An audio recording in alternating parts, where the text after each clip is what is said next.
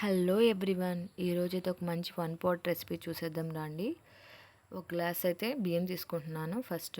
So దాంట్లో half glass basmati rice తీసుకుంటున్నాను, ఇంకో హాఫ్ గ్లాస్ మామూలు రైస్ తీసుకుంటున్నాను. సో రెండు కలిపి ఒక గ్లాస్ అయితే బియ్యం తీసుకుంటున్నాను.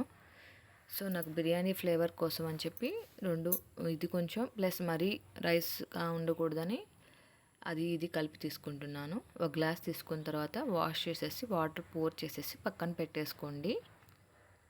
నెక్స్ట్ అదే గ్లాస్తో 1/4 కొంచెం పెసరపప్పు తీసుకొని దాంట్లో యాడ్ చేసుకుంటున్నాను ప్రోటీన్ కోసం. నెక్స్ట్ కూరగాయలు, ఇవి మన దగ్గర ఉన్న కూరగాయలు, నో టమాటో, ఓన్ చిల్లీ కూడా సరిపోతుంది, కారపొడి అవసరం లేదు. నెక్స్ట్ 3 స్పూన్స్ ఆయిల్ వేసుకుంటున్నాను.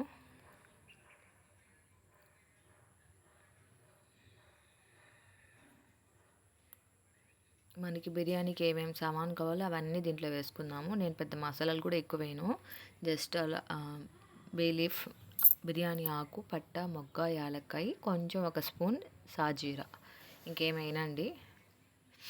ఆనియన్స్ బాగా బ్రౌన్ కలర్లో వేగాలి. బ్రౌన్ కలర్ వేగేంత వరకు ఆనియన్స్ వేగనివ్వాలి. నెక్స్ట్ చిల్లీస్ వేస్తున్నాను. ఈ చిల్లీ చాలు, మరి సపరేట్గా కారం వేయాల్సిన అవసరం లేదు. సో నేను వేసే రైస్కి ఈ చిల్లీస్ సరిపోతాయి. ఈ చిల్లీ స్పైసీ సరిపోతుంది, ఎక్స్ట్రా అవసరం లేదు. బాగా మిక్స్ చేసేసుకొని ఆనియన్స్ బాగా బ్రౌన్ కలర్లో వచ్చేదాకా కొంచెం వేగనివ్వండి.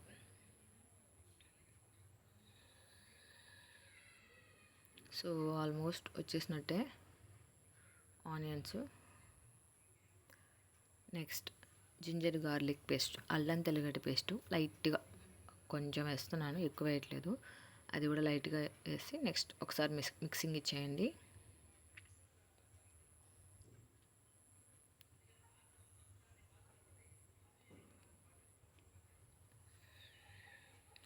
బాగా మిక్సింగ్ ఇచ్చేసిన తర్వాత నెక్స్ట్ కూరగాయలు ఒక్కొక్కటి కూరగాయలు వేసేసుకుందాము. ఫస్ట్ అయితే క్యారెట్ వేస్తున్నాను. మనం ఇంకా ఎక్స్ట్రాగా కూడా యాడ్ చేసుకోవచ్చు, మీల్ మేకర్స్, పన్నీర్ ఇలాంటివి కూడాను. ఆలు వేస్తున్నాను. నెక్స్ట్ బీన్స్ కూడా వేసేసాను. బీన్స్లో మంచి ఫైబర్ ఉంటుంది. సో ఇవన్నీ వేసేసి ఒకసారి మిక్సింగ్ ఇచ్చి లైట్గా సాల్ట్ వేస్తున్నాను, ఉప్పు బాగా పట్టడానికి. ఆ కూరగాయలకి సాల్ట్ వేసి మగ్గనిచ్చేస్తున్నాను.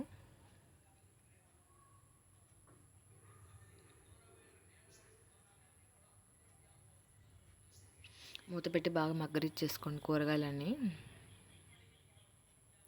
సో కూరగాయలు మగ్గిపోయిన తర్వాత ఒక హాఫ్ స్పూన్ ధనియా పౌడర్ వేస్తున్నాను, ధనియాల పొడి.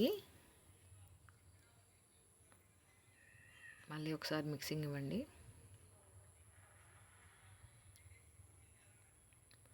ఆ తర్వాత ఒక 2 స్పూన్స్ పెరుగు అయితే వేస్తున్నాను, కొంచెం సాఫ్ట్నెస్ కోసం. మళ్ళీ ఒకసారి మిక్సింగ్ ఇవ్వండి. నెక్స్ట్ వాటర్, మనం ఒక గ్లాస్ తీసుకున్నాం కాబట్టి 3 కప్స్, 3.5 పెసరపప్పుతో కలిపి 3.5 అయితే వాటర్ పోసాను. సో వాటర్ అన్నీ పోసేసిన తర్వాత ఒకసారి సాల్ట్ చెక్ చేసుకొని లైట్గా గరం మసాలా పైన చల్లేస్తున్నాను, లైట్గా అండి. జస్ట్ ఒక కొత్తిమీర కూడా వేసేసుకుందాము.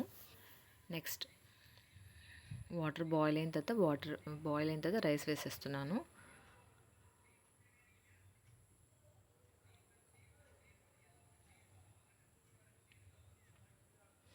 అంతా రైస్ వేసేసుకుందాము. నెక్స్ట్ కుక్ అవుతుంది, ఆల్మోస్ట్ వస్తుంది అన్నప్పుడు ఒక హాఫ్ స్పూన్ గీ వేసుకుంటే మనకి అన్నం బాగా పొడి పొడిగా వస్తుంది అన్నమాట, చివిడిపోకుండా. సో మళ్ళీ ఒకసారి మిక్సింగ్ ఇచ్చేసి దమ్ పెట్టుకుందాము. దమ్ అయితే 10 మినిట్సే పెట్టండి, అది కూడా సిమ్లో పెట్టి. తర్వాత ఆపేసి ఒక 20 మినిట్స్ తర్వాత ఓపెన్ చేయండి, వెంటనే కూడా ఓపెన్ చేయొద్దు. సో దమ్ పెట్టేసుకుందాము.